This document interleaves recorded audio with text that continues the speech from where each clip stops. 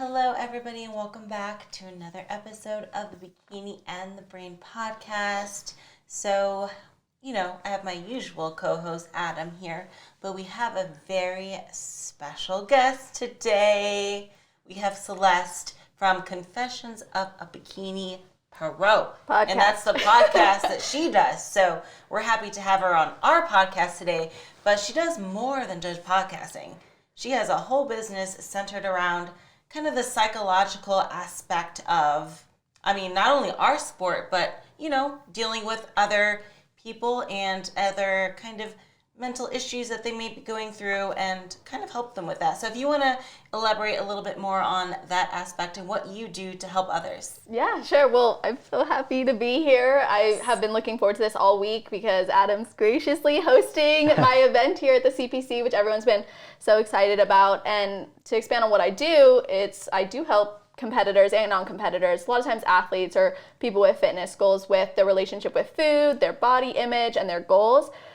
And I started this after I had been studying dietetics and nutrition, and I realized I didn't want to tell people what to eat. I wanted to understand why they were eating what they were eating. And so I started studying psychology, got my degree in that, and while I was studying it, I just focused all my efforts on things like self-esteem, eating disorders, mindfulness, anxiety, depression. Everything that shows up for athletes, I was focusing on it because I knew that this was something that was needed in the industry after launching my podcast, actually.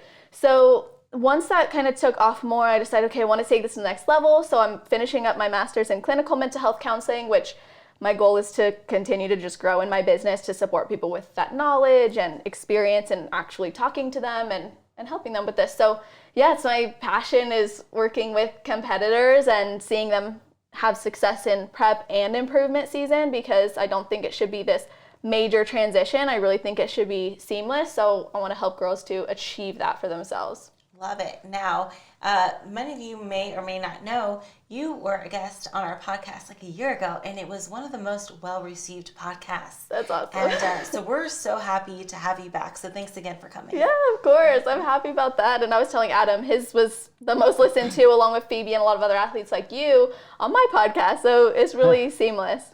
Well, look at that. We so listen to. I feel so special. Yeah, and you're having your event here too. That is, you want to elaborate on what that is? Because you do these kind of pretty much annually. Annually? Oh, it's an annual thing. Okay. It was like the first time I did it, I did 2 of them in that year, and it was really fun. That was in 2019, and then 2020 hit, and I was like, okay, I don't see that happening, and I was competing all year anyways.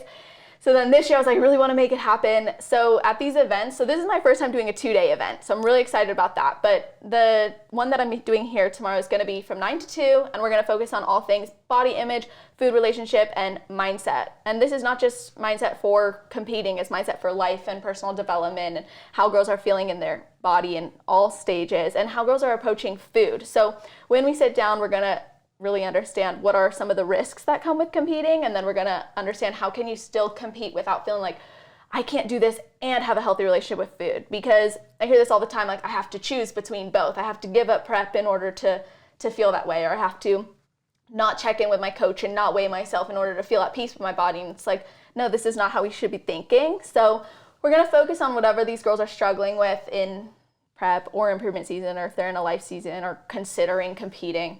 And then the second day, we're going to do a lot of immersive activities, things like meditation. We're going to do things like actual communication strategies, so helping them communicate with other people who might be questioning them as an athlete or putting them down in their body for wanting to get leaner or wanting to grow. And we're going to focus a lot on the food relationship. I have this full workshop planned that's going to help them to get, I call it satiation through the senses.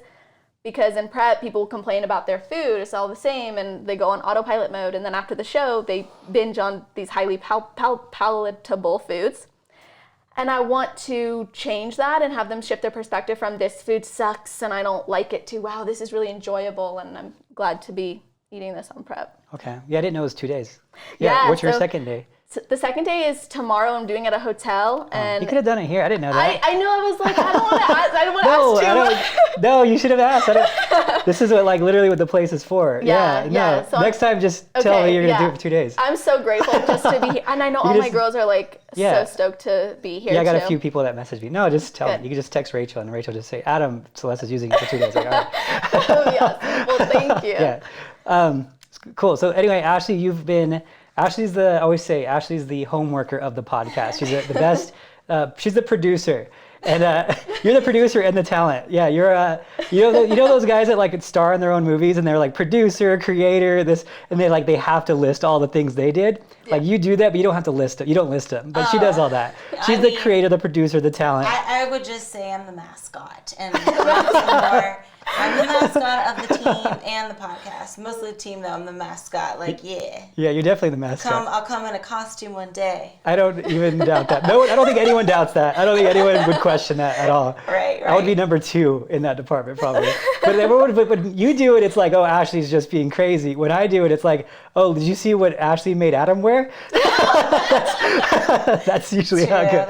It's like what you dress like your little brother up in when he's like 4. I just do that. Well, I love that you're such a willing participant. And you're just like, yeah, let's go for it. It's usually pretty fun. Just go with the flow. It's usually pretty fun. The backlash is the funnest part. Like where my bro guys are like making fun of me. They're like, why do you do what are you doing? And I'm like, dude, just let it go. Do you ever wonder, like in these scenarios where you're dressed up in a funny costume or whatever, you're just like, how did I get here in life? Like, what has my training and years of experience, how did that bring me to this point in life? This is the pinnacle. This is the pinnacle of my hard work, the fruits of my labors of studying. There's this movie, it's really funny.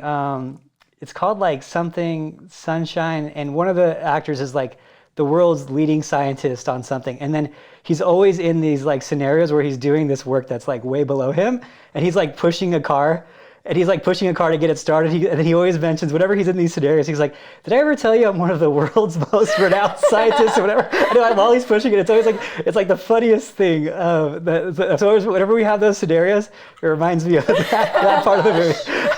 Goodness. True. Question. So let's start it off. Let's get these, let's take full advantage and exploit Celeste's brain as much as we can. Let's learn a thing or two today. So I want to start off with this question. It's kind of more of a general question, but I will say this. One of the biggest issues that I find with competitors is they want to be motivated. They want to be in the zone, but for some reason, they just can't get there. And they can't really force themselves to be motivated. I mean, for me, when girls ask me the question, like, how can I get motivated? I say, you know what, for me, sometimes it's like an event or something that clicks in my mind, that shifts my thinking like to a 180, like, oh, time to get on it. Like, it's like an event. Like, for me, when I took a year off from competing, that switch moment was I went to my friend's competition, and me actually being in that atmosphere with other competitors, smelling the spray tan, meeting up with people that I haven't seen for a year or so, that it clicked in my mind like, oh, it's time to come back. So for you, what advice would you give to a competitor that wants to be motivated but just can't get into that mindset? Well, that's a good question, and I think it depends on the person. Like for you, clearly environment had something to do with it, or having a date in mind, like a show date or a race or anything that you're working towards. Maybe it's a photo shoot. So if that motivates you, then you know you're probably motivated by maybe eyes on you or meeting an expectation, or the environment itself being really enjoyable for you. And I think that if someone's listening to this and they're like, well, I'm not motivated by that, but I want to be like Ashley and I want to be successful, then you really have to get to the root of why you're even doing this at all. And this is so cliche when people say find your why, but you really have to understand how what you're doing aligns with your values. So whenever I have a client who's struggling with adherence or struggling to just get on board with what they want to do, I first of all ask them, why do you want to do it at all? What inspired you to start? Because sometimes we just lose that fire of like, okay, I don't know that I want to do this anymore, but I really committed to it and I'd like to follow through. So I would say ask yourself what your top values are in your life. As soon as you understand what your top values are in life, you can say, how does this next action step align with that value? So for example, if you're motivated by family, you might say, well, how does going to the gym align with my value of family. I have to do this for an hour today or an hour and a half tomorrow. And a lot of times I'll ask a client that and they'll say, it doesn't help with my family. It takes away from it. And I'm like, well, let's dig a little deeper and figure this out. Like, how can it motivate you? How can it be a contributing factor to your family? How does it help you show up for your family? How does it help you show up in your life or for your work if you want to contribute? And I think that when we look at what's actually intrinsically within us that guides us in our life and at the core of our soul, what makes us get up in the morning, then we can equate and justify competing or justify a next action step. That's what's going to motivate us to get out of bed and incorporate that. The other thing too is habit. People rely so much on being motivated, like, oh, I wish that I could do this. It's like, first, let's get one step at a time. Like, behaviorists would say it's about what you're doing, what's your action step. So if you're waking up in the morning, you're hitting snooze, or you're waking up in the morning and you're deciding to turn on the TV and eat cereal instead of, put on a bikini competition replay and eat your egg whites and oatmeal or whatever is on your plan, that's a decision, that's a habit, that's a behavior. So rather than only relying on your values to motivate you, also rely on those habits and behaviors of that next level version of you too. That's a good answer. That's a really good answer. I find like a lot of people struggle with that, Mm-hmm. Yeah. Make sure you... Oh, your microphone. On your microphone. Yeah. It'll just be like... So let's dig into the kind of more like relationship with food and other aspects of the prep life. Now, me and Adam, I think we're both kind of on the same page of this word we call balance, right? The off-season balance, and how like it kind of can turn into something else. Like, balance is one thing, but then oftentimes we find that balance to others means go crazy to even out the extreme restriction, right? Yes. So what advice would you give to somebody that's kind of like struggling between this idea of balance and maintaining like a healthy off season and not backtracking too far? Because I know, Adam, we're kind of like both on the same page with this. It's kind of like, well, it depends on how successful do you want to be with this and this balance word. Is this word balance more of an excuse? Is that the right way that's to... a safe, I think, without like, I think it's good for us to not tread on it, right? Because we're both trying to be like nice to everyone by saying these things.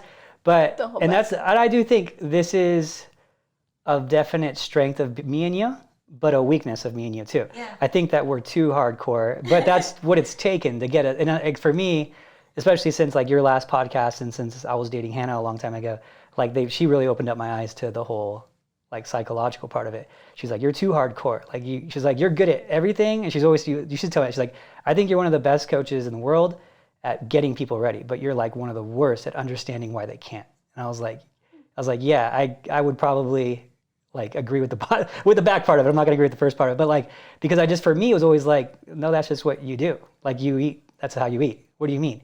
Like, and so it took me a long time to like even start being open to it. So I'm a lot better at understanding now, but I grew up eating chicken breast since I was 13 years old. Right. Like, to me, it's like, oh, just flip the switch. Stop being so weak. You know what I mean? And that's a lot of coaches still have that mentality too. And I've like learned, well, people do need these things. So now we do like free meals and this and that. But my part where I'm still hardcore and Ashley's still hardcore too, we both have this strong belief in it, is that if you want to be like, a pro and you really want this and you say you want this, that you act like that 24/7. You act like that in the off season too.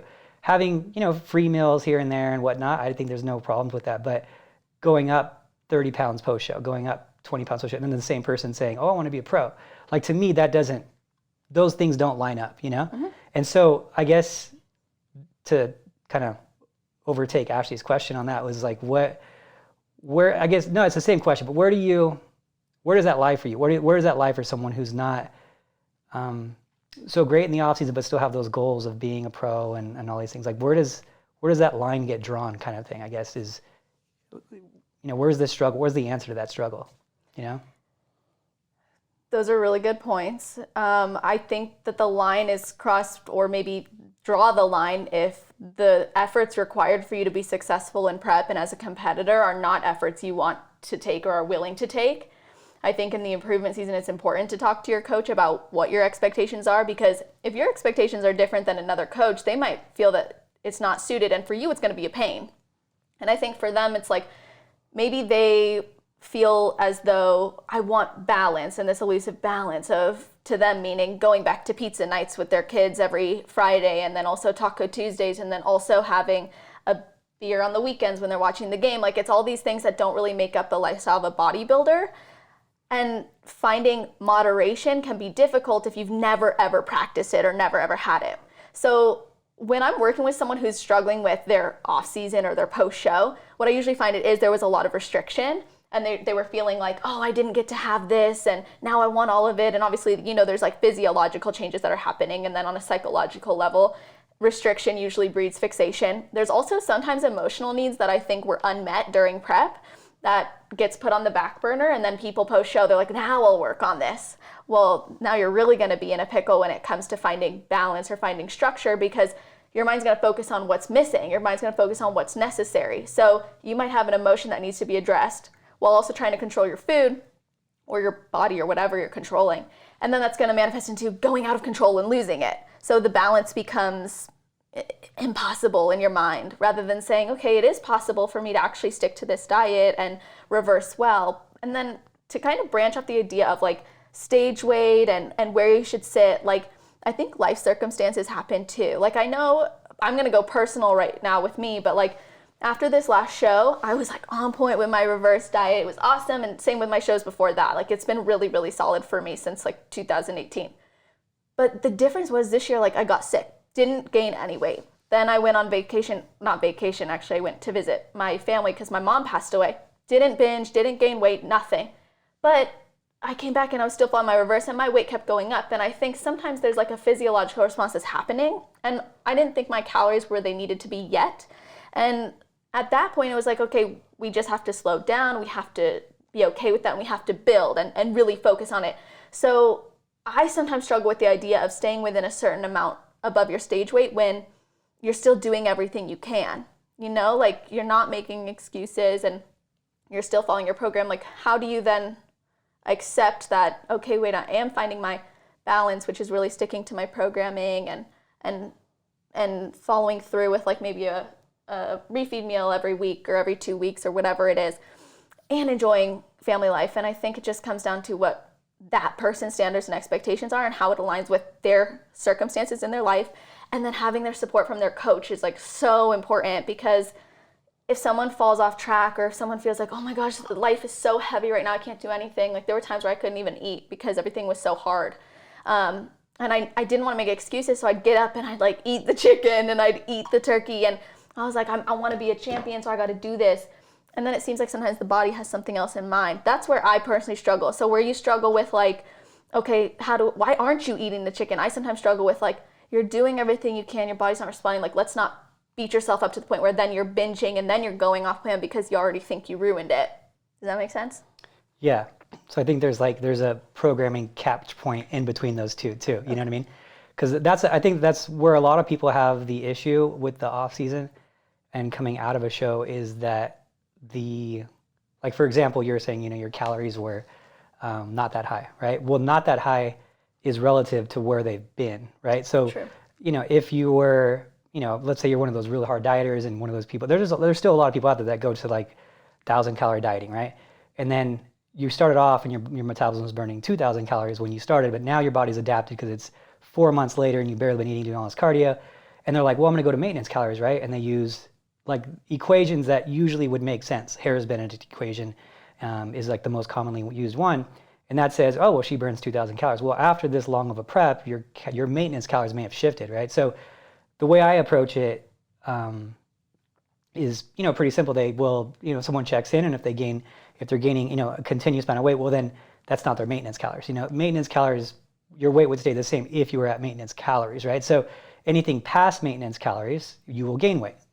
It's just simple. So if you're gaining weight, well, then that person's not at maintenance calories. So I'll bring it up as slow as I need to reach that catch point and bring them up. So that could be part of it, that could be, a big part of it. Give and take. But it is not. Here's the problem: is that like it's gonna be low calorie, way lower than probably you thought you should have been, and that's where a lot of people struggle. And I think that there's what's funny is that who else is kind of like he's pretty much like my same mindset is like Greg Doucette, right? On his He is. YouTube. He has a very like hardcore, but still a little bit of a soft like dad heart sometimes, you know?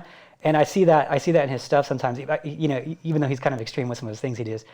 But he has the same thing too, and he talks about the calories. It's like these people think that they should be eating all these calories, and he's like, you know, he talks about himself in terms of like his own physique, and he's like, I'm eating around, I think he says around, don't quote me on it, it's like around 3,000 calories. And he's like a bodybuilder.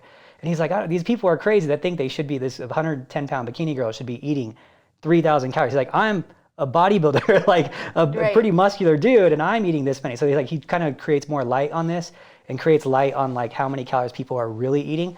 He even talked about Ashley once eating 1,700 calories or so, and he's like, that makes sense. He's like, that's very realistic, you know? And then, so yeah, you know, like that could be part of it too. I think people's perspective, because they do hear people talking about how many calories they eat. And I have, you know, if I wanted to just do a highlight reel and just lie about my clients and be like, yeah, you know, I have Jacqueline who just turned pro eating 4,000 calories. And I have, I have like probably four other people who are like women eating like 4,000 calories, right? Not doing any cardio. I have Brooke in Canada getting ready for a pro show. She's like 9 weeks out, still hasn't done any cardio, still above 2,000 calories. And I could like create these fake highlight reels. I'm like, yeah, all my clients are like that. Like I don't have to say all my clients are like that, but I can just create these highlight reels, you know? And you know, Louisa just turned pro and she did 15 minutes of cardio the last like week only, getting ready for the show. Like you could just create these fake highlight reels, and I think people catch on to those, and they're like, oh, I should do that in the off season. Why am I not doing that? And I'm like, because these women are basically, you know, aliens, and they shouldn't even be doing that. Like they shouldn't be eating 4,000 calories and not doing cardio and getting ready for a pro show. Like that shouldn't happen. But for some reason it does. Like that's not Ashley's plan. Believe me, Ashley would probably throw up if she had to eat 4,000 calories. It wouldn't fit. It wouldn't. I can't even, I mean, we've had cheat meals after shows where she couldn't finish the meal. Like, so I think that's the problem a lot of people suffer with too. And maybe it's something that, you know, we need to create light on, because a lot of girls do see these things. And I do talk about it. I'm not innocent of not showing that happens, because it does happen. And I like to show it because I want people to know, I don't care. I don't have any preconceived notions of how many calories that person should eat.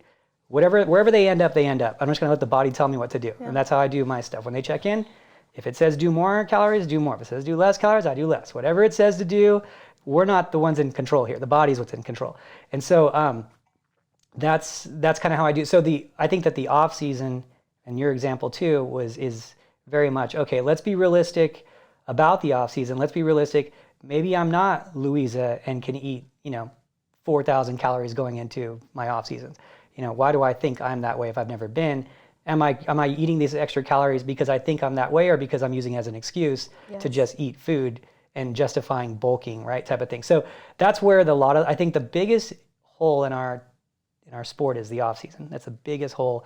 And the biggest reason that I see people having confidence issues is how they feel in the off season, how they're softer in the off season, and just like they go from being like all they want to wear is a bikini to like all they want to wear is sweatpants within like a month, you know?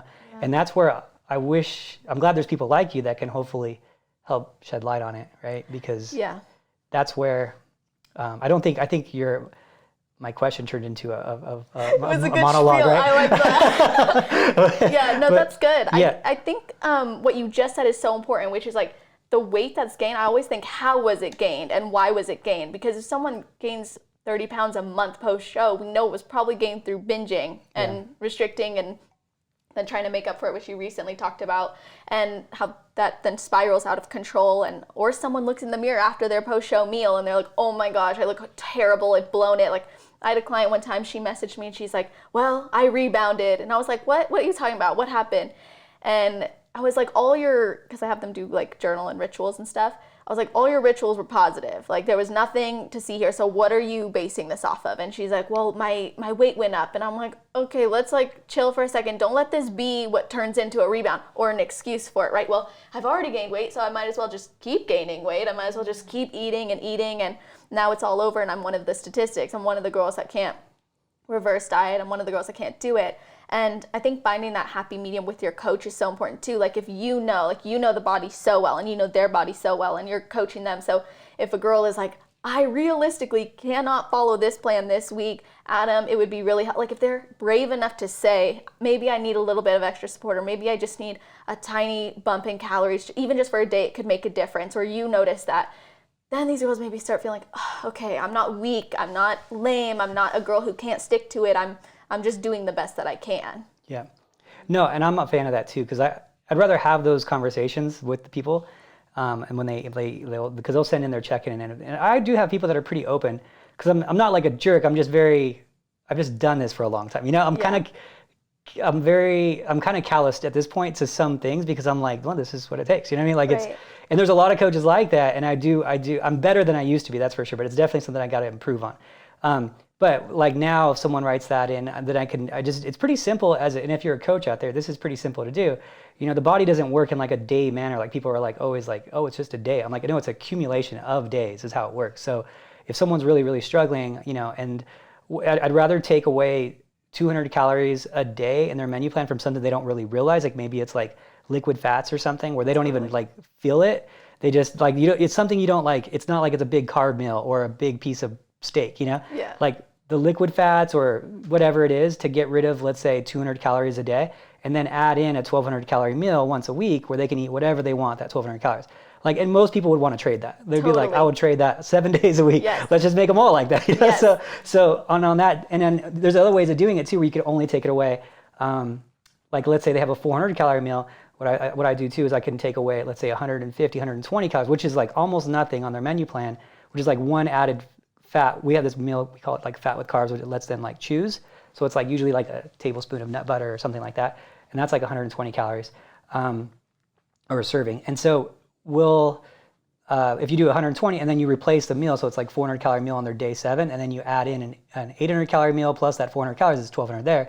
And there's not that much suffering in exchange for the reward. So I found that to be a pretty successful tool, but they do have to like tell the coach. Like, so Ashley coaches people too, and I don't think that she'd be opposed to it either. And so, if they write in and say, hey, I just need that meal with my family. I have one girl, I've coached her for 2 years named Jessie, and she has, every night she wants to cook. She's like the ultimate, like ideal mom, right? She's like, I want to cook for my family every night, whatever. She's like, I'll always eat protein in it, whatever. So I make sure there's enough protein in the rest of her meals. That way, if she gets like just a tiny bit in this one, it's fine. And I'm like, you just eat whatever you want, 500 calories. And it's like, she's like, I don't need a lot. I just need to be able to eat with my family. So she does 500 calories every night. She's been on it for 2 years.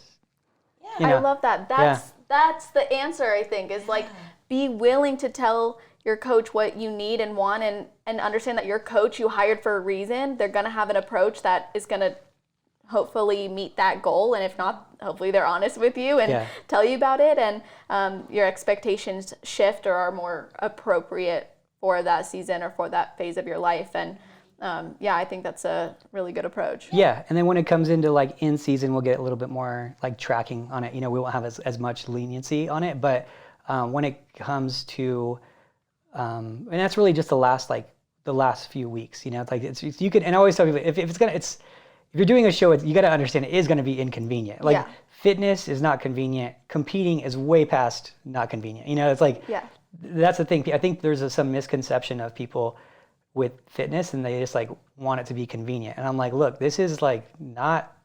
You got to stop looking at it as 12 weeks, 16 weeks, this type of thing, and you've got to stop waiting for the window of convenience. Because you're never going to have a window convenient long enough for you to do fitness seriously, because fitness seriously takes like a year. So you're going to have 6 holidays, 3 birthdays, an anniversary, or whatever, a party in that year's time. You're going to have 10 events, in a year's time, and it's going to take you. So it's never going to be convenient. Get that out of your head from the very beginning, Yes. And so I think that's a big part of it too, because you always hear people, that's why you get the New Year's rush, or you get the after Christmas rush, or you get the after your wedding or before the wedding. Like it's like, hey, just do it now. Like if you're thinking about it, like this moment, just you've thought about it, just your next meal. It doesn't matter if you already messed up in the morning. Your next meal start. Yes. And so that's kind of been my take on it, because there's just never a good time. It's never a good time to just like okay, let me plan out 6 months where there's not a single thing going to happen in that 6 months. It's not going to happen, Yeah. So I don't know where that came from, but I like it was it. off topic. It's good. You have to be willing to commit to that and commit to what the expectation is, and not just, well, these next 16 weeks, it is easy for me. You shouldn't want things to necessarily be easy in life either, because there's going to be times where it's not easy, and if you can't maintain it or you can't stick to it anyway, or find a way to make it work in that time, you will not be successful. Like, you're gonna face that adversity, and if you're not prepared to do it, you won't become a champion. You won't have that champion mentality, because you'll be weak, because you've made excuses, because you've said no to yourself over and over and over again, and it's gotten easier and easier. And every time you make that justification, the next one becomes easier, and then the next meal, and then the next workout is skipped. And that's not serving you. And if you don't want to be successful in this sport, make excuses, make justifications. If you do want to be successful in this sport, ask yourself why you're making those justifications, why you're making those excuses, because it's not a problem that you are, it's a problem that is stemming, that's then leading you to make those. It's an ideology, it's a belief, it's maybe a judgment that you have of yourself or of others or of the sport. So I think if you make excuses, don't justify it, just ask yourself where it's coming from and address that, rather than, oh, I suck, I'm a terrible athlete, I'll never be successful. Yeah, I've found that this leads into a cool thing that they'd use. I always use, what is it about the boxing analogies? Why is it always a boxing thing? I'm a boxing fan, but it's like all of my analogies come from the sport. I guess it's such a hard sport, and and I follow all these guys, but that's one of the things that the coaches talk about. I'm actually a big fan of coaches more than boxers, which is kind of funny.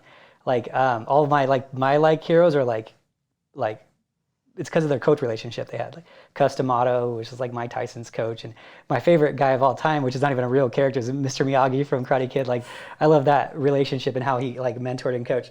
But one of the coaches would say, once a boxer goes down, like the first time, like you're gonna find out how that boxer really is, like his real heart, because you'll find that, and this happens so often with these boxers who are like, he's untouchable, he's basically, Zeus, you can't knock him out. And then he gets knocked out, and then all of a sudden everyone knocks him out.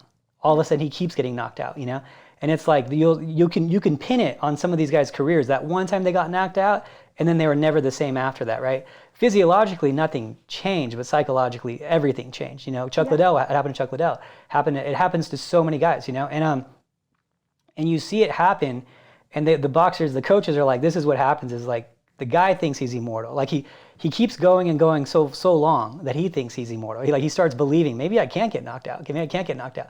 And then he remembers he does, and then he finally does.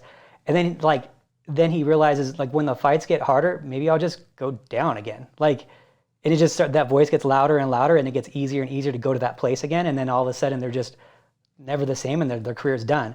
But it was all because they just went down that first time, which obviously they didn't want to go down the first time, but sometimes they're just getting beat up so bad they just go down the first time. And if that boxer does that, they're never the same. And so it's like you're kind of talking on that word. I'm talking about a little bit more fatal than yours is, than just cheating on your diet one time. But yeah, it's like it's that voice. It's feeding that voice of and accepting it, And that's what you really do. You have to like tell that voice to shut up. And the more you do that, I feel like the quieter he gets, in your head. And so. But that's like I've stolen that one from that sport just because it's like it really is relative to all of life, and that's what I've really liked about fitness and extreme physique competitions is it makes people better at life. It doesn't just make you like, and I see that with like when you go to like these bodybuilder gyms and you go to these hardcore gyms. And I always look at this when I go to the hardcore gyms where you would expect to see like the most meathead, poorest guys who are like just scraping by eating chicken. You pull up and you see the Bentleys, the Corvettes, the this, that. And I'm like, why is it like that? Like why? And it's because the guys who work really, really hard in the gym, work really, really hard at life, who are really, really disciplined in the gym and eating and all that, are disciplined at life. And they've probably learned, a lot of them have learned that and applied it to the rest of their life, and it's kind of cool to see. It's not 100% the case. There are those guys out there, but I see it. Like, go to your bodybuilder gym and look at the parking lot, like during a busy time. You'll see 20% of the cars are like plus $60,000, $70,000 cars. Like every time, it's a pretty cool. And I've always put those two together. Like, these are disciplined people that work hard, and that's why outside of life, they're disciplined people who work hard outside of the gym. So anyway, there you go. But Ashley, Miss Ashley. Yes. While we're on the same topic, before we get too far off, so I think a lot of times you'll find with competitors that are so set on a routine, do this at this time, do that at this time, and then perhaps they have like one cheat meal, right? That cheat meal turns into a cheat day. That cheat day then turns into a cheat week. And then the next thing you know, they're trying to counteract their cheat meal with a lot of cardio or a lot of activity, right? But it's basically a downward spiral. And then they can't seem to get out of this funk. And it just keeps getting worse. And it's just all the routine that they built up and scheduling that they built up is now turned into this kind of like, I would say the binge purge, right? Because their form of purge could even be exercise, correct? Could that be considered purge? I never heard that. That's cool. Yes. Yeah, I never heard that. So how does one like kind of reverse that downward spiral if they find that this is becoming like the new norm? Like, you know, whereas one cheat meal just suddenly turns into a cheat month and you can't get it under control. Two things come to mind immediately. One, set intentions before your refeed meals or your free meals. Like if you don't have intentions for that meal, it probably will turn into a cheat day. If that's everything, every time it's always turned into a cheat day, of course it's going to continue to. Like you can't expect yourself to suddenly have a successful day after a refeed meal if you've never had that before. If you've failed 9 times out of 10, you might fail at 10, like it's very unlikely unless you do something different. So set intentions before that refeed meal. How much water do you want to drink at that refeed meal or before it? What are your meals throughout the day going to look like with it? How are you going to make sure that it's satisfying enough that you end it and it's over and you really enjoyed the experience more than just, I'm going to vacuum this into my body until I think I reached my calories. I'm not actually going to track it because it doesn't matter because it's a free meal. So set your intentions and be really, really strong with them. I even tell my clients, put an alarm on your phone for around the time when you're going to be having that refeed meal. So your intentions pop up and you can remember, okay, this is what I came here to do. If you are a people pleaser or an obliger, tell someone in your circle who you trust, this is what my intentions are and hold me to it. And then the second thing that comes to mind is stop the cycle. And I don't mean this in an insensitive way of like, you should just stop, like it's so easy. It's not. But what is easy is waking up the next morning and instead of doing extra cardio and saying, I'm too full to have my breakfast, so I'm not going to, and then getting starving and eating so much again later in the day, have your next meal. Let this be the last time because you will have more chances of success that day if you just have your breakfast, go on with your day, put the work in the gym that you need to and that is expected of you, and continue with your meals. Drink your water, listen to your body, maybe rest, but taking that step in purging through exercise or purging through limited calorie intake or purging by saying I'm just going to distribute my macros and take away from the next day, which I really can't stand that one when people take away their macros from the next day because it is a punishment and it doesn't help us and you're going to be hungry. So I say next morning, wake up and eat and get back on it and make sure that your intention is strong that day you finish all your meals and set your intention if you have a free meal. Love it. Another thing kind of similar to what we're talking about, and we've done a podcast on this before, but I would love for you to go more in depth because I know this is kind of like your specialty. So a lot of people are familiar with some of the common eating disorders, but one that might not be as common, or I don't know if it's officially even recognized, is orthorexia, which a lot of people can probably, I guess in this industry, it can kind of breed that, right? So if you want to kind of describe what it is in your words and what's your thoughts about it and I guess warning signs or things to look out for?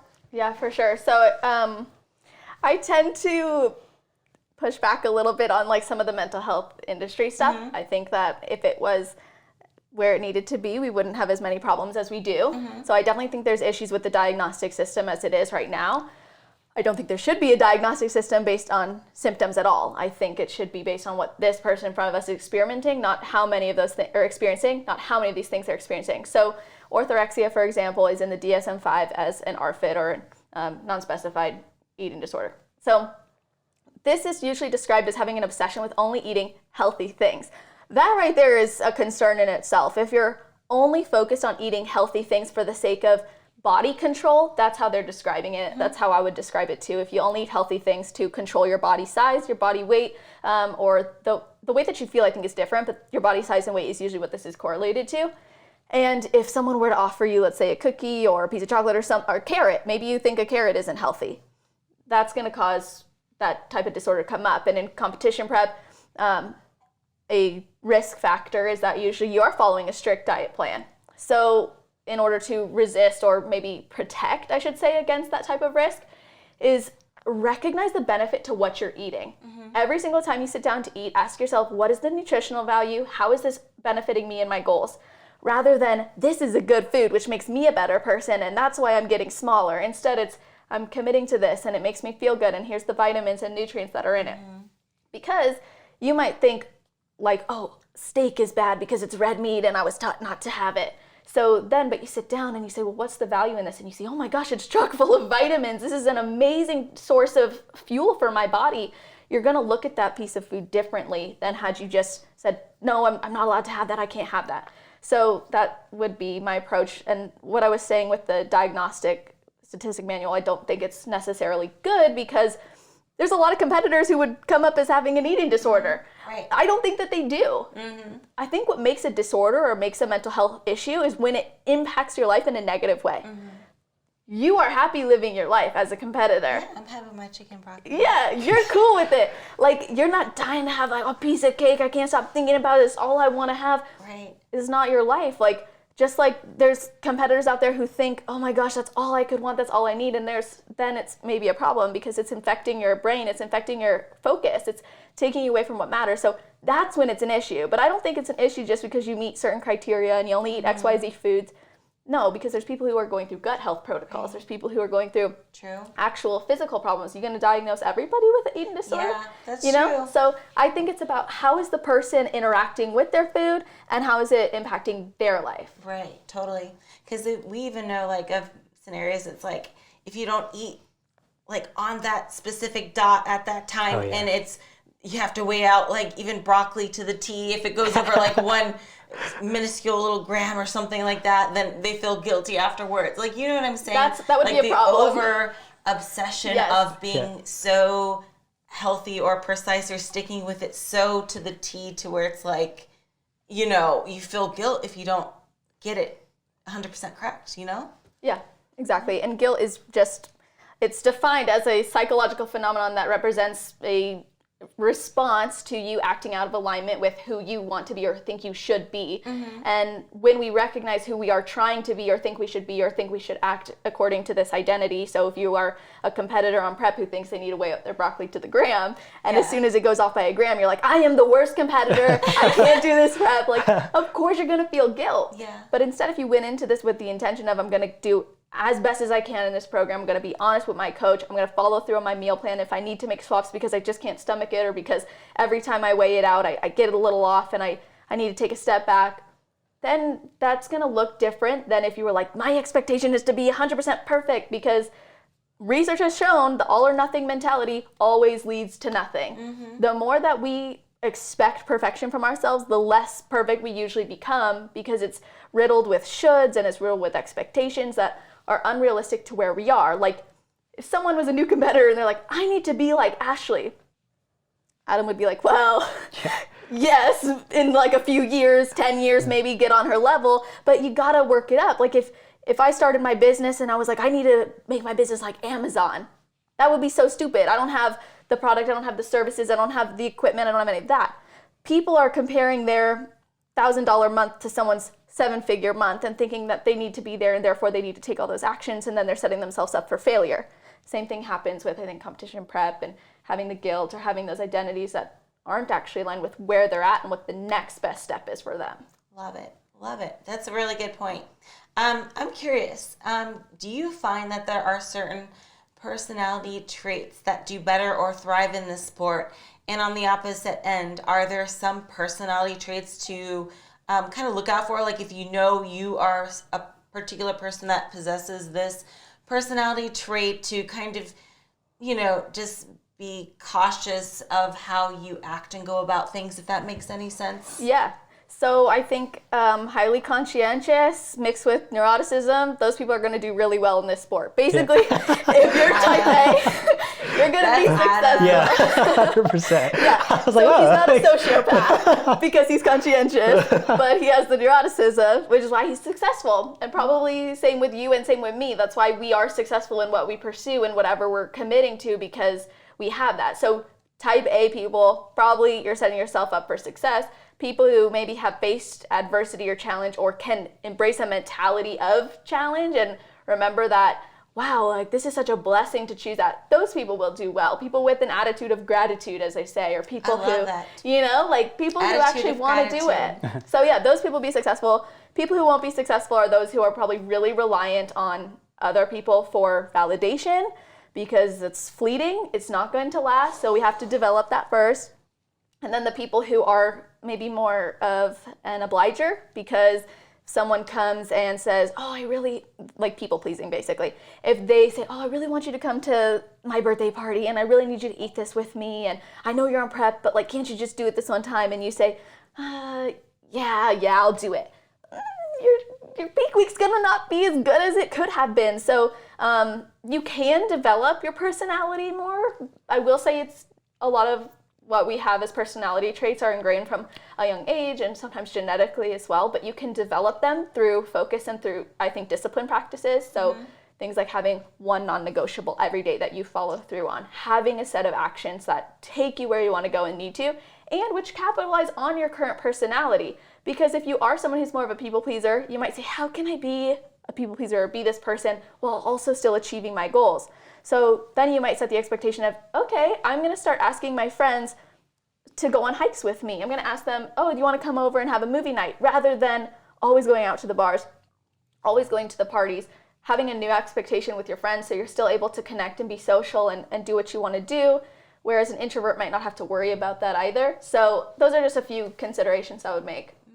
That's all good information. That's cool to see here too. Yeah. Right? Yeah, you're you know, for as I guess neurotic as we are, you're actually a really good people pleaser though too. You're actually you're a good base of that. Yeah. I think so. I think it kind of bothers me, like especially commitments for sure. Yeah. If I say I'm gonna do something, I'm gonna do it. Especially 100%. if it's and she'll be early. And I'll be here early, like, you know what I'm saying? Because I never want that feeling of like I'm letting somebody down. I hate that feeling, and I also hate when people like I disappoint. I hate that too. I hate it so much. So that's like, that is. Yeah. But you've made it work for you because you your goal is like, okay, I'm going to meet this show date.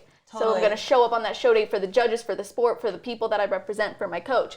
So you're pleasing everybody to your liking and to what you're actually, so you've oriented it toward your goals and it's helped you with your goals versus someone who's like, I'm going to let it be an excuse. Right. And you're very conscientious, which I think helps with balancing the other things. Yeah. I think one of the things that Adam and I are both really strong on is having like a realistic mindset and like having realistic time frames and knowing where your starting point is versus other people, right? And I think that's one of the things that holds people back is they have all these expectations of kind of like what you just said, like how long is this going to take? Like, is it going to take 10 years to get to where I am or whatnot? But people have this, it's good to dream big, right? But it's also good to kind of have a realistic perspective on things so that you know what to expect. And that comes with post-show and how the show goes. Let's say you compete in your first show and if, everyone wants to win, right? But some people are set on like, no, I'm going to win. I'm going to win. I'm going to win. And that's what they expect and that's their expectation. So let's say they don't win the show. And it kind of just tears them down. And you see that potential in them. Like, you're like, oh, if you just had, this is your first show, like, do a few more, give yourself a little more time, you could be a great competitor. But I guess it's the ego part of them, or whatever it may be, that is preventing them from even stepping on stage again because they got so burnt by that. And it's because, they expected to win and they didn't. So what advice do you have for somebody when it comes to expectations on their first show, what to expect, how to handle a loss, and move forward from it? That's a really great question. I remember after my first show, I texted my coach and I was like, I think I got first call-outs. I did not get first call-outs, okay? There was like 7 girls in this lineup, and so they just called us all out. So, no, that was well, not. You technically did. I got first call-outs by default. And she's like, oh, that's so cool. Then, you get pulled off with the crane when you're not in your top 5 spot, and you're just like devastated, like, I just gave 12 weeks and this girl's talking about cheating on her diet backstage. Like, I didn't cheat once. I followed my plan. So there is a little bit of resentment that I think can build if you let it and if that expectation overpowers your process. So expectations are good. People, I think, in this sport want to win because you're stepping on stage. That's what the competition is for. You're competing to win. Obviously, it's fun, and for some people, it's a bucket list, but I think most of us, especially if you're going to compete at a national level, you're stepping on stage to win. And that shouldn't deter you. Like, you shouldn't not want to win. But those expectations as a first-time competitor really need to be my discipline and my process and my streak will build with each win or each step I take rather than with every single time I step on stage. And if I don't do my best, then I quit because I'm not capable. Instead, it should be this makes me more capable. So we build that efficacy by executing. So go into the show with the expectation of, okay, did I practice my posing? Did I do what my coach said? Do I feel good about myself right now and stepping on stage? Am I prepared to lose? You are prepared to win. As if you know how you're going to hold that trophy, you know how that crown's going to feel on your head, you're prepared to win. But are you prepared to lose? And how are you going to lose if you do? Don't visualize it to the point where you're actually doing it. But if you were to lose, would you still want to do this? Would you still be happy that you committed to the process and showed up every day? That's what we need to ask ourselves before a competition. And knowing that if you do win, it's not necessarily going to change your life. It's just going to add a little bit of that fire into your belt. But I've seen people win and they're like, I did terrible in that prep. I did not show up how I wanted to, and I was still rewarded. And it's like, okay, so the win didn't really mean as much because they didn't follow through. So the expectation, I think, should always be that you did the best you could, you followed through on it, and that's going to guide you then to your next show and your next one. Dang, that's good. Yeah, I like that too. I think that's honestly, it's just going into like more of like about people and in general, like their actions and what keeps them motivated and happy is like, I mean, all 3 of us have had a lot of success in life. And I think that once we reach that success, it's like the moment is like of happiness with it is like, it's like a minute, it's like, oh, cool, I did it, like, and then it's it, right? But so like, I think with anything, like if you're playing a video game and you get to the end of it and you beat it, like you beat it and then you're like, oh, cool. Like it's so exciting for like 10 seconds, and you're like, cool, I beat it, right? And like you win your show and you're like, awesome, picture, glory, Instagram post, now what, right? And I think with anything that's like, has like a finite ending to it, right? We look at that, we focus so much on that ending, so much on the glory of that moment. And then we realize like after it's done, you're like, wait a minute, it was the journey. Like the whole time it was just getting there, you know what I mean? And it's like, and it's a weird position to like think about because you put so much into the glory of that moment. And then when you get to that moment, you're like, oh, that's it. Yeah. And so I think that if you needed, like, people need to take a step back and realize that it really was about building it to get it there, Now, you click upload on your podcast and you get whatever 20,000 listeners on your stuff. But like, remember the first one? And like, oh my God.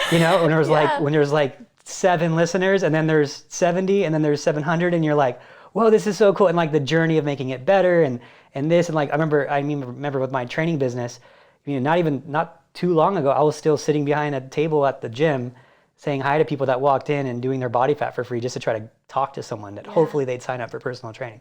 Right. And I'm like, that was the journey, right? And now the glory, it's great, but it's like the journey. We got to appreciate the journey. And that's, that's the suck of the chicken breast for that day. That's the cardio that day. That's it can't just be about the victory. Otherwise it's going to end, because then the victories get old, the victories get old. Not that actually, but like the moment, like it goes, it's not as much, like the first time you get it is not as much as is way more than the second time and the third time, whatever, right? So like, I feel like you really have to enjoy the journey and like the life of it, like what it's doing for your life and the value it's bringing to you and like what it's all doing. Like, I think even with Ashley, like she's won a whole bunch of shows, but for her, it is the journey and the reach that she has. And it's the people she touches along the way. And the winning is, you could correct me if I'm wrong anytime, but having all these conversations with her, the winning is just a fruit of the labor of that, of affecting people and living the way she wants to live and giving her daily purpose, right? And I think that we need to focus on, like, everyone needs a purpose. I think that's the point of life, is having purpose, and like for Ashley, it's right now it's her career, and everyone's like, oh, it's just she wants to win and do all these things or whatever, but it's like, no, dude, she's affecting people's lives, like, dramatically. Like, I've had so many girls come to me that have said, I wouldn't have competed unless it was for Ashley. I started watching her stuff on YouTube. Like, that's changing someone's life. Like, for example, like and this is cool to see, like, this story too, because it's important, is that, like, like Anya, right? I met Anya through Ashley, because Anya watched Ashley's videos. Anya was living at her house in Boston, and she would have probably worked at, like, just like an Anytime Fitness, she said, and would have just still been in Boston. But now she's moved to Denver, she's moved to Vegas, she's got a career with Team Elite Physique, she's a pro competitor. Her whole life is different because she watched Ashley's journey, right? If Ashley's journey was only around, getting to 30, which is the current topic, right? Like, how fun would that be? I think she'd be burnt out on it. I don't think it would be fun.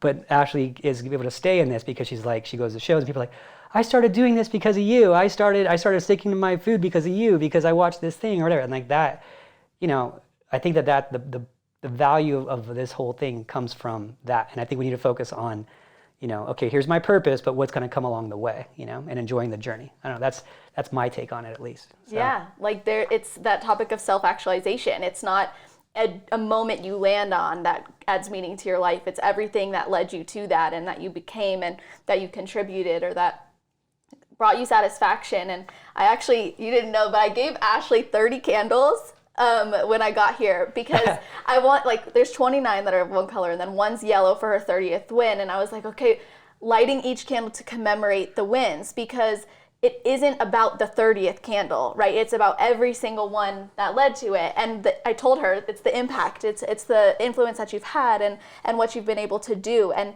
I think that we need to stop in the moment. Like, I was just actually watching you talking. I was like, oh my God, I'm sitting here doing this podcast right now. And, like, celebrate it while it's happening. Like, I had a moment this week leading into this event where I was like, I can't believe that people are in the airport right now to come to the event. Like, that blows my mind. And we need to stop and say, oh, wow, I'm eating this meal, or I'm doing this cardio, and this is creating me into who I want to be.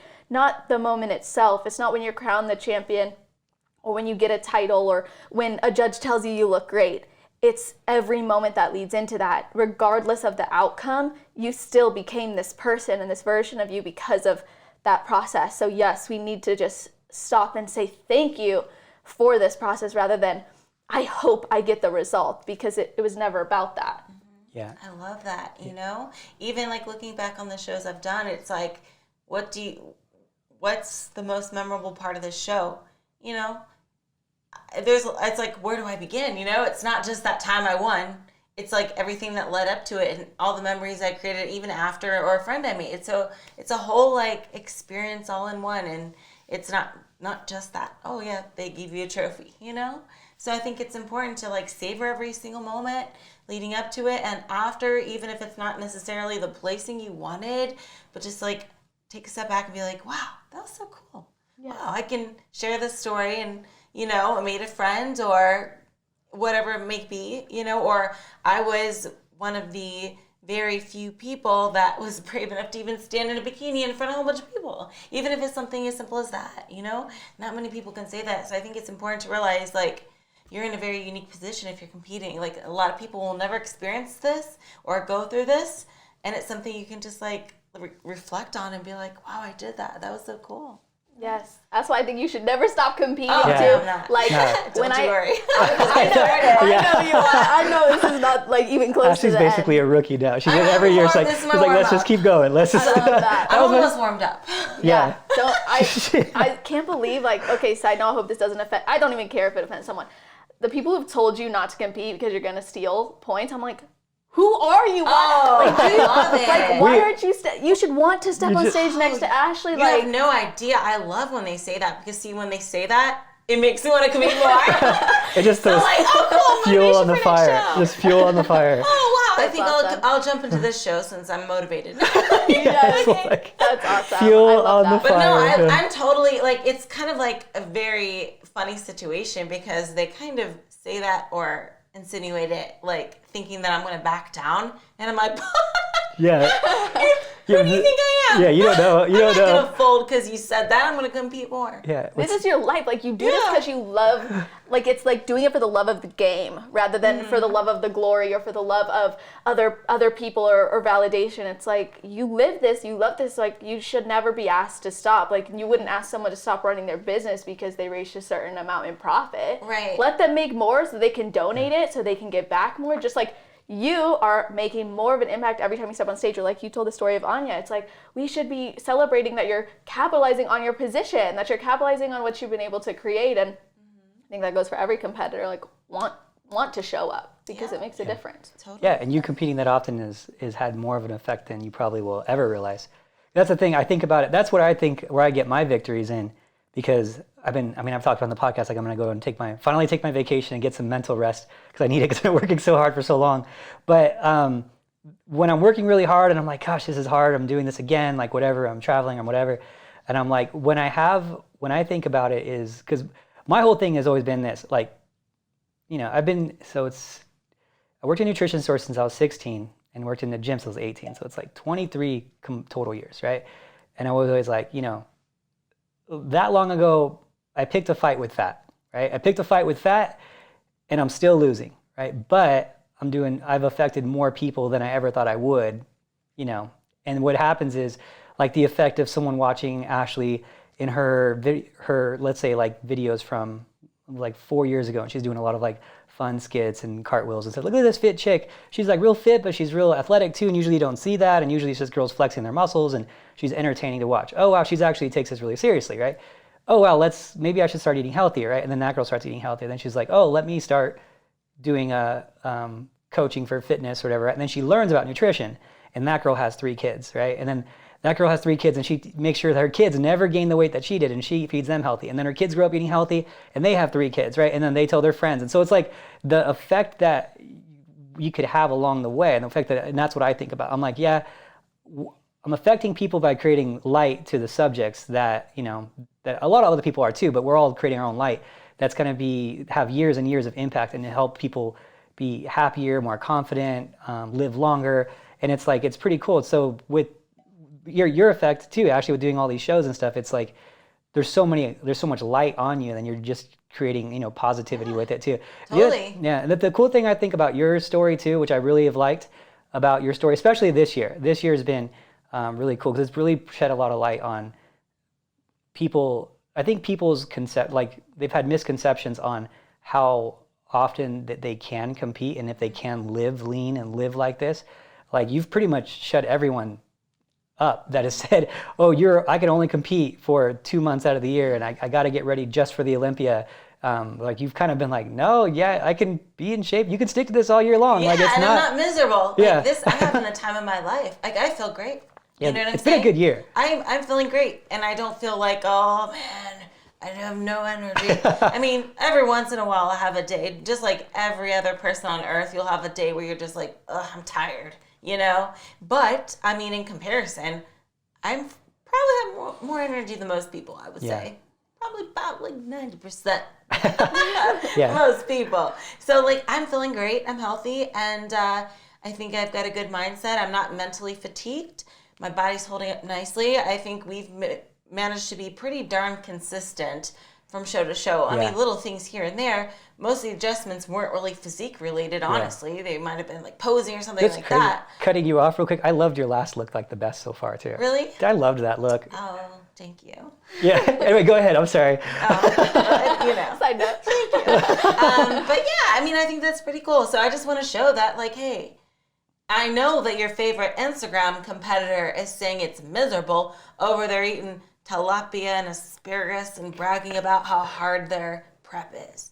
But it doesn't have to be that way. There's a light side to it. Of course, it's hard work, but I'm also having fun, Yes. I think I'm living a pretty maintainable life as of now, so YOLO. Well, your mindset makes a difference too. Like someone gets like a calorie cut or like a macro cut, or they're told to do more cardio, or they're told, oh, you need to wait a little bit longer until you step on stage, and they instantly turn that into a negative. Oh, I'm not ready. I don't want to do this, or now I'm so hungry because it got cut, rather than this is awesome. I get to keep pushing. I get to keep showing up. Like I get to be better because of this. Like it's perspective. Like we have to have the right perspective in order to actually want to follow through. Right. I guess, maybe you can help me figure this out too, because you brought up a good point, Ashley. So many competitors kind of like glorify the victimhood of competing, right? They almost like, it's like they're bragging so much about how much it sucks, and they like want people to like almost feel bad for them, even though it's self-induced. And I'm like, I hate that. Where does that stem from? Like, what's I have no idea where this came from. And I see it so often where people are like just bragging about how hard it is, but they're not bragging about it. They just want like pity for how hard it is, but then they're doing it on purpose. And then I'm like, it's not even that bad. You're just eating healthy. Like for me, I'm just so like calloused by it. I'm like, no, you're supposed to eat healthy. Like why are you talking about eating chicken and vegetables like it's a bad thing? Like, you're lucky. In my car and it's cold out of a plastic bag. Yeah, and I'm like, then heat it up. It's a modern day. Like, you don't need to eat that second. You can eat 30 minutes from now when there's a microwave. Like, you can go to a 7-Eleven and pop it in the microwave. Like, like exactly. What is that? What is that thing? Like, there's some like self-satisfaction of that, of like the posting those pictures of the whatever? Like, I don't understand it. I never got it. I think everybody wants to be the hardest worker in the room. So they paint that picture of themselves like, oh, I'm doing the hard things. I'm so strong because I do this. Or, oh, my coach makes me do that, which makes me a better athlete than you. I want to be better than you. I want to be seen as a champion because I pushed through these hardships.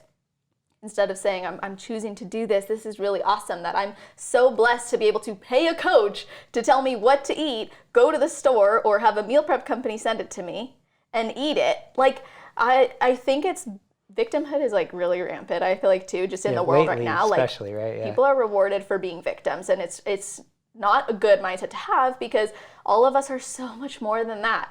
We have so much potential that we don't even tap into, and competing allows us to tap into it. And I think that people glorify the difficulty of prep because it makes them seem like they are worthy of being rewarded for it. Like they deserve it, they need the validation to tell them, wow, you did a really hard thing by showing up and eating 6 meals a day, and unfortunately that, you couldn't have the meal at Christmas even though you still ate 3 other meals that night and enjoyed your time with your family. Like, oh, it must be so hard to, I'm glad you're on the same page. Oh, I'm on the same page. Okay. To me, it's like, what are you even talking about? Like, it's a blessing. You have a body you get to use. Like, celebrate this process. And victimhood gets people validation. And I honestly think that's where it stems from. People want to be the hardest worker, so they paint this elusive picture that everything they're doing is hard, so they seem like they're working harder, rather than letting the results and letting their process speak for themselves. Let other people think it's hard and ask you how to get through it, and then teach them that, well, I love it, and it's easy for me because I'm choosing to do it. And of course, there's going to be hard days. We're all human, and I think the hard days contribute to us feeling so much more rewarded as well. So I think people glorify the difficulty so that they feel more rewarded by it and can justify it more. Like, I'm doing this to be stronger and be better. But really, like, it is something you're choosing. And I think we need to, instead of saying, oh, I was on 800 calories this week, just grinding out cardio, it's like, I'm getting ready for a show and I'm doing what I need to do. Yeah. Sure. I like that. And I think that you've done a really good job with that too. There's actually a few people that do, that are like top people that I'm happy that they don't do that stuff, I would say yours is probably like the least though. I don't ever see you post about anything sucking. I don't think I've ever seen you post about anything sucking. Like, oh, here's me eating tilapia, or we don't eat tilapia, but here's me eating chicken again. Like, I don't think I've ever even seen it, So like, there's some people that just are like, okay, this is like, I think that they have a real understanding of exactly what you said, Like, how fortunate am I where I live in a country where I get to choose. Like, I have to purposely eat less so I can look a way that I want to look, so I can wear $1,000 bikini, which is, is double the income of Afghanistan average income in one suit in their entire year. And I can actually do this for fun, like by choice, like, right? So I think a lot of people like there's some good ones out there, and then there's everyone else who's like day one of prep, and it's like, here I go again. Exactly. Here's the Tupperware. Like, just had my last supper yesterday and binged on all the food I won't be able to eat for the next 16 weeks. Like, what? Why is this the mentality that we promote? No wonder people are still struggling. No wonder people are still thinking this is so difficult, because it is like promoted to be difficult. And I think it's that because old school bro mentality maybe is pulled back a little bit. People are like, oh, well, it's still hard, and not just anybody can do it. While you guys are promoting, anybody can do it if you're willing to step up to the plate and commit to a new decision each day. Yeah, I've had this same conversation with people too, and like it's really funny because it's like a lot of eye-opening moments I'll have with people, because I'm definitely not shy about my beliefs on stuff, and so when they come to me and they're like, oh yeah, well, I'll be in prep, so it'll be like this, and I'm like, what's so different about prep than your regular life? They're like, oh, well, you got to prep, you got to do cardio, this and that. I'm like, well, let me ask you this. Hold on a second. How much were you working out before you were in prep? Like, you were working out already, right? Or else you wouldn't be doing prep. They're like, yeah. I'm like, so you're working out for an hour a day, and now you're working out with weights for an hour a day, right? So you're working out for an hour a day without prep. You're working out for an hour a day with prep. So nothing's changed, right? Okay, so now what's different? You were doing cardio before prep? Some? Like 20 minutes, like 4 or 5 times a week. Okay, cool. How much are you doing now? Like 40 minutes, 5 times a week. Okay, so now you're doing 20 minutes extra prep, and then you were eating like relatively healthy, right, before prep, because you're conscious about your body, right? So you're already eating kind of healthy, just had some cheat meals here and there, and now you're just not having those cheat meals, basically, and a little bit less food. Yeah, so you're telling me your whole life is different because you're doing an extra 20 minutes of cardio a day right now? That's what we're talking about, because you're in prep. Your whole life is different? Does that make sense to you? Like, you know what I mean? It's like, they're like, oh, yeah, you're right. Yes. Like, the light bulbs will go off. I'm like, stop giving into the narrative that this has to suck and that you're a victim because you're prepping, and you're killing yourself, and you're wearing this badge of honor because you were already in prep. You were already doing it. You're just doing a little bit more now and eating a little bit less now. It's like, It's not that big of a difference, and it shouldn't be. And I think that if people can get that like understanding of, hey, you know what? I was already eating healthy, and I was already working out for an hour a day, so there's nothing different there. And I was already doing cardio. So yeah, why is this so different? Why am I struggling with the off season when it's basically what I've been doing the whole time anyway? So it's like, and I think that if you don't separate the two so much, it'll be a lot easier to do prep, and it'll be a lot easier to do the off season, because that's what I always tell. I'm like I haven't done it. I have no desire to do a show anytime soon. I might do maybe I'll do a photo shoot or something in the next couple of years, but I don't think I'll ever step on stage again. And I'm still working out 6 days a week, usually 7. And on weekends when I'm like, if I actually have a day off, I'm like, it's funny because Ashley was like, you're not going to take a vacation. I already know you're not going to. When I have off Fridays and Sundays, and I'll usually just work out twice a day. That's usually what I do. I'm like, it's something to do. I don't have anything, or play poker and work out twice a day. It's like all I do.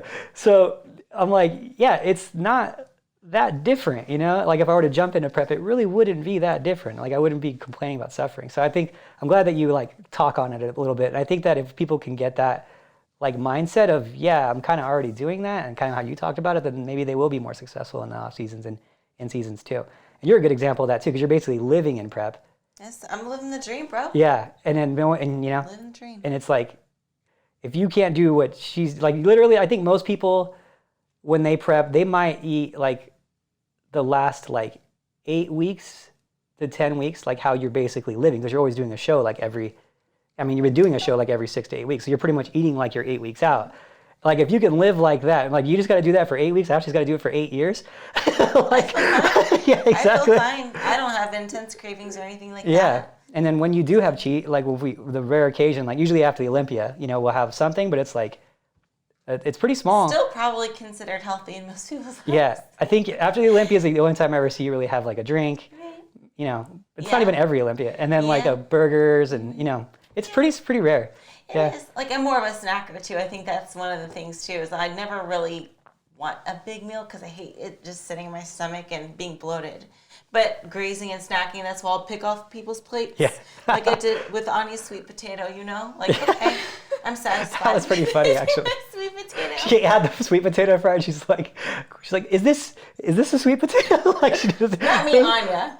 Was it? I didn't question if it was a sweet potato. Oh, it was Anya. Okay, Come on. Okay, she still has the COVID mouth. That's right.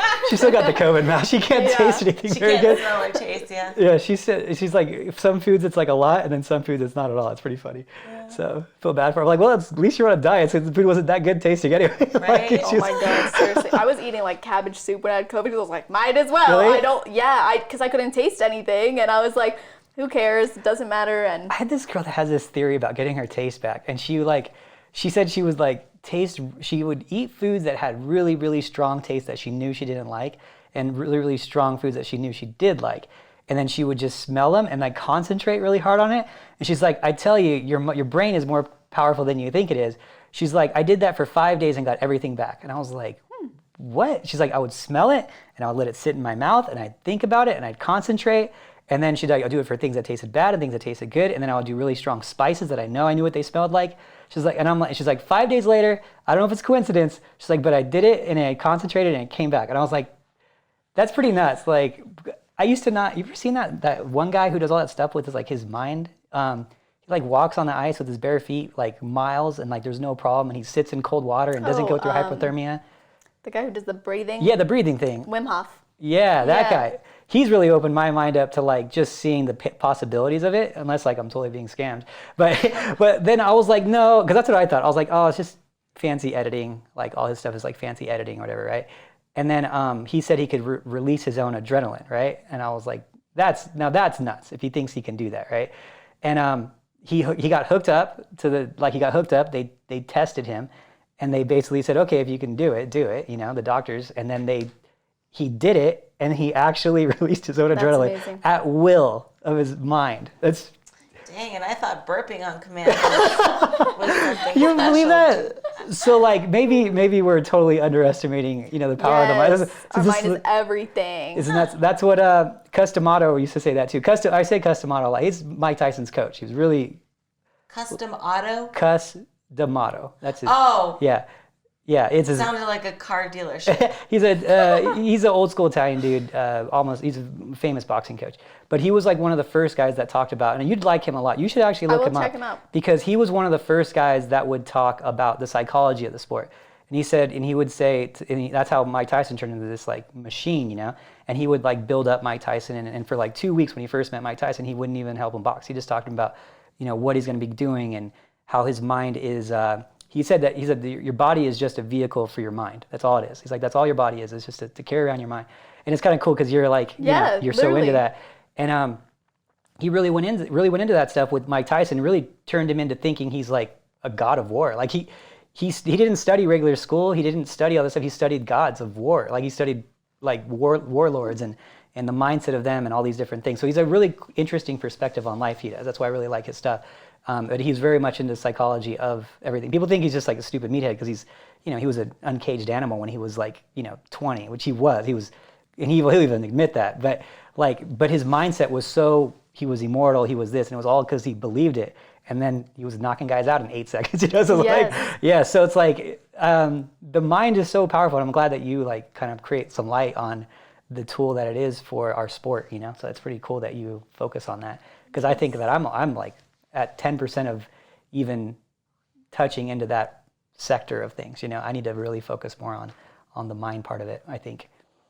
But actually, I think you do pretty good with that part of it. I think I'm very autopilot. Honestly, I don't get too deep into that kind of aspect or deep into my mind or whatever. I'm like black and white. It is or it isn't. I do it or I don't. I just kind of do it. I think that is autopilot. But that is, I think, a mindset that you've gotten to where Perhaps. It seems so black and white. I just feel like I don't go in depth too much with like things like that. You know what I mean? Like, I don't know. You're like behavior based rather than cognitive based. I guess so. Yeah. There you go. Yeah, I don't know, but I mean, it had to have taken. I mean, that must have happened in your sports as a youth or something, because to just carry it over like this, to keep the on switch on. Yep. For that long, It's on. Yeah. Yo. You're a machine, man. Love it. Well, I guess that about wraps us up here. If you don't mind giving the listeners like a little, where can they reach you at? I guess email, Instagram, Twitter, MySpace. Is that a thing? Is MySpace still around? I don't know. Where can they reach you at? You can reach me on Instagram at celestial_fit. My website is celestial.fit. If you go to the links tab in there, I have tons of resources for competitors. I have free food relationship coaching series, free post-show blues coaching series, a competitor card deck that's stacked with things for your mindset, whether that's actions or affirmations or questions to ask yourself, among other things, and a full workshop on mindless eating. And if you need anything, reach out to me too. I'll direct you. And my email is celeste.rainsturk, @gmail.com. Okay, so the Celestial Fit, I'm going to spell it. It's CELESTIAL dot fit. Okay. Yes. And then what was your email? Celeste.rainsturk. Rainsturk is RAINS, like it rains outside, and then Turk, TURK. Okay. So anyway, it's because I know that it comes off quick. So We should probably I know, I speak remember so fast to put too. that in description. Okay, there we go. We'll put that in the description. And I guess with that, well, thank you very much. And then maybe, do you plan on, just to ask real quick, if you had the desire from people, would you want to do more than one of these types of workshops a year type of thing? Yes. Okay, yes. so maybe email her if you want to do, because you're welcome to do them here, Thank as long as I have the place. So, so maybe reach out to her, and she's doing one this weekend. So obviously you guys are, by the time you're seeing this, it's already done. And then maybe you'll do them more often. Who knows? So yeah, I'm thinking about doing group therapy retreats, especially once I get through my mental health counseling degree. I want to do group therapy retreats, maybe in other countries and other states too. I want to have intimate events and also big events and have contributors as well. So celestial.fit/live events is a good place to go too. But yeah, I would love to have more events and more people. cool. Oh, you're awesome. Thank you for having the time to talk to us today. We appreciate you so much, and I'm sure it's going to resonate with a lot of people out there. Something you said is going to be like, oh, okay, yeah. Good, Yeah. I hope Thanks for so. helping. And I appreciate you doing creating light in the industry, because this stuff wasn't around. I've been doing it so long. That like it's fun to see like the industry change, and there was never anyone that talked about this stuff. Well, you've before. been so supportive of me. Like, you guys, seriously, Adam, you've made such a big difference in my life and in my business. Oh, thank you. You believed in me from the You're not doing the outtake. That's the Ashley effect. seriously, like, you believed in me from the get-go, and like your trust in me and bringing me on here to talk about it too. Like, that's why I'm even more confident that this is important and this matters, because of people like you who believe in me. But I appreciate Oh, of that course, you do. yeah. And I think that that's important for every coach too to see, and they should bring you on too. Is that like coaches have this issue, this like pride issue, and athletes have this almost expectation issue of some coaches. And a lot of times they like expect the coach to be great at everything. And I'm like, no, I'm here admitting I'm not good at the psychology stuff. Luckily I have a number for you. My job is create programs and be the best possible program creator and create the best physique I can. Someone's job like you is to create the best mindset you can, right? Yeah. We're both not going to be the best at each other's jobs. That's just not how it is, I don't want to do your job. Yeah, I mean, and I don't want to do yours. There's nothing wrong with that, right? Yeah. We're all wired differently. So like, I think that that's important. My job is to know a little bit about a lot of things and a lot about one thing. And then if I need to know a lot about those little things, then I got to send them to someone else, right? So, and I think that's important for the coaches, is like take a step back in their own pride and be like, look, I'm not an expert at that stuff. I'm probably going to mess you up. So let me send you somewhere. and that sort of thing. So yeah, thanks for being that resource for our people. Of course. Because I've had a lot of positive feedback from it. So Thank you. I'm glad. anyway, well, we can talk forever. So we'll leave it here. And thank you guys so much for listening. Talk to you guys next time.